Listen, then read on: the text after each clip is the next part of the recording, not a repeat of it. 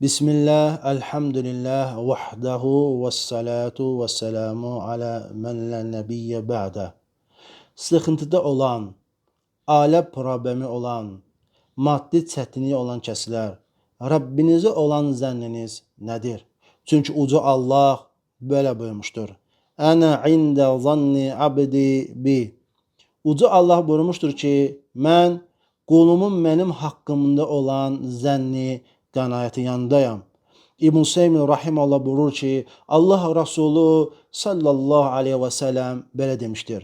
وَعْلَمْ أَنَّ النَّصْرَ مَعَ الصَّبْرِ وَأَنَّ الْفَرَجَ مَعَ الْكَرْبِ وَأَنَّ مَعَ الْعُسْرِ يُسْرًا. Buyurmuşdur ki, Allah Resulü sallallahu aleyhi və səlləm bil ki, qələbə səbirlə birlikdədir. Sevinç kədərlə birlikdədir. Hər çətinlikdən sonra asanlıq gələr. Sənin işlərin hər dəfə çətinliyə düşdükdə Allahdan olan asanlığı gözlə.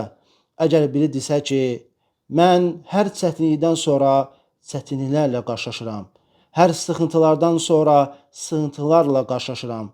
Bəs axı asanlıq hasil olmur, baş vermir. Və deyirlər ki, Allah Resulünün sallallahu aleyhi və səlləmin sözü, kəlamı haqdır. Və Allah Resulünün sallallahu aleyhi və səlləmin dediyi şeylərin gecikməsinə səbəblər vardır. Ya sənin imanının zəifinə görədir, ya da ki, sən ümidsizliyə qapanaraq Allahdan olan asanlığı uzaq görməyindir.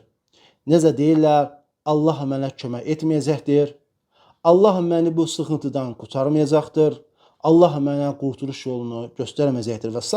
və s. Bəs sən buna görə Allahdan olan lütfdən, fəzilətdən məhrum olursan və Allaha olan zənninə görə cəzalanırsan.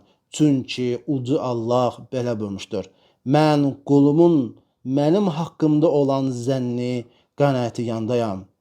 Sıxıntıda olan, ailə problemləri olan, maddi çətinliyi olan kəslər bu sualı özünüzə verin. Rəbbinizə olan zənniniz nədir?